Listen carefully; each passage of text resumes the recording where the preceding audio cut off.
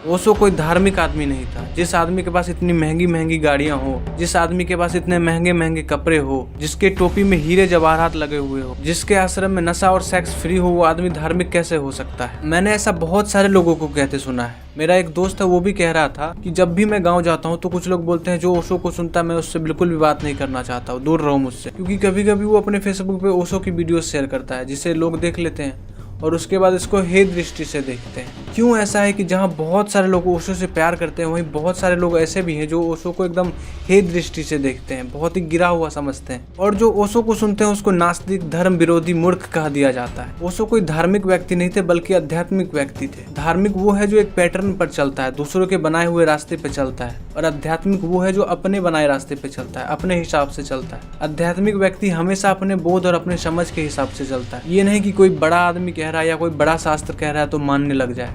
वो धार्मिक होगा अगर मान रहा है तो, लेकिन आध्यात्मिक नहीं हो सकता अगर कोई बिना मतलब समझे, बिना दिमाग लगाए दूसरे की बातों को बस माने चला जाता है। आम आदमी धार्मिक किसको कहता है? जो पूजा करता हो, जो व्रत करता हो, जो मंदिर जाता हो। यहाँ लोग धार्मिक उसको कहते हैं जो परंपराओं को, मान्यताओं को एकदम माने चला जाता है बिना कोई प्रश्न किए। अगर धार्मिकता का मतलब है कि कोई भी मान्यताओं को बस माने चले जाओ बिना सवाल किए, तो हाँ, ओशो धार्मिक नहीं थे। और अगर फालतू के मान्यताओं पर प्रश्न उठाना अगर गुनाह है तो फिर वो गुनाहगार भी है। अब उन सभी कारणों पर भी बात कर लेते हैं जिस कारण से ओशो इतना चर्चा में रहते हैं, जो कि है ओशो के रोल्स रॉयस गाड़ियां, उनके आश्रम, उनके कपड़े। इन्हीं सब के कारण वो बहुत चर्चाओं में रहते थे। जो साधारण मान्यता है संत और साधु के बारे में कि एकदम फटे चिट्टे कपड़े पहनेगा साधु तो एकदम गरीब के जैसा रहेगा, झोपड़ी में रहेगा, तो इस तरह का विचारधारा होता है लोगों का संत के बारे में। लेकिन अब ओशो कहते हैं कि मैं गरीबी की पूजा नहीं करता। अगर तुम गरीब रह गए तो इसका मतलब है कि तुम्हारे में कुछ कमियां हैं, तुम्हारे में वो काबिलियत नहीं है, बस इसीलिए तुम गरीब रह गए।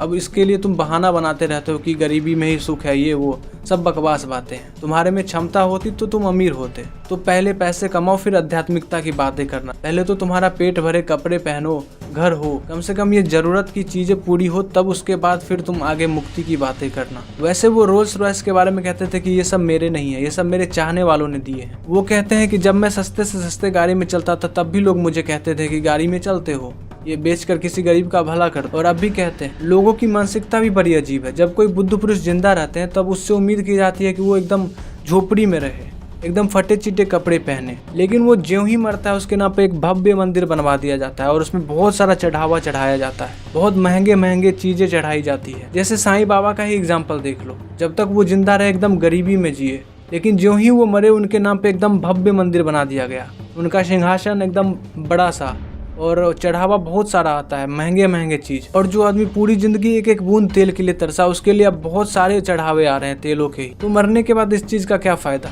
जब तक वो जिंदा थे उनके लिए किया जाना चाहिए था, लेकिन मरने के बाद लोग करते हैं। और मरने के बाद ही ज्ञानी मानते भी हैं कि वो ज्ञानी थे। जब तक जिंदा रहते हैं लोग ज्ञानी मानने के लिए भी तैयार नहीं होते। मेरे हिसाब से तो सबसे ज्यादा सुविधा बुद्ध पुरुषों को ही देना चाहिए, क्योंकि वही असली हकदार हैं। अब रहा ये बात कि ओशो के संस्था में फ्री सेक्स था। मैंने एक इंटरव्यू देखा था जिसमें विनोद खन्ना बता रहे थे कि फ्री सेक्स तो खैर ऐसी कोई बात नहीं थी, मगर थेरेपी जरूर होती थी सेक्स के। मतलब वो इसलिए होती थी क्योंकि सेक्स को ट्रांसेंड करना था, सेक्स के पार जाना था और सेक्स को समझना था ठीक से। वैसे ओशो लोगों में जागृति लाना चाहते थे। लोग इस चीज को दबाते हैं, लोग इसको पाप समझते हैं, और यही विचारधारा वो लोगों में बदलना चाहते थे। और यही कारण हुआ कि लोग उनको सेक्स गुरु का टैग दे दिए और उनको अश्लील कहने लगे, अधार्मिक कहने लगे। अगर तुम बस इस एक चीज के कारण ओशो को अपने से दूर कर दे रहे हो तो तुम नहीं जानते तुम क्या खो रहे हो। इसीलिए ओशो बिगिनर के लिए नहीं है, क्योंकि एक साधारण आदमी उनको गलत ही बोल देगा, उनको समझ लेगा कि ये गलत ही बोलते हैं, क्योंकि उनकी कुछ गलत बातों को देखेगा।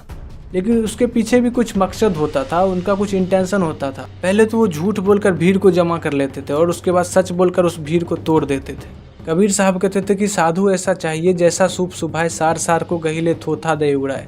तो जो सार है उसको गहलो और जो थोथा है उसको उड़ा दो। कोई भी इंसान हमेशा सही नहीं होता और कोई भी इंसान हमेशा गलत नहीं होता।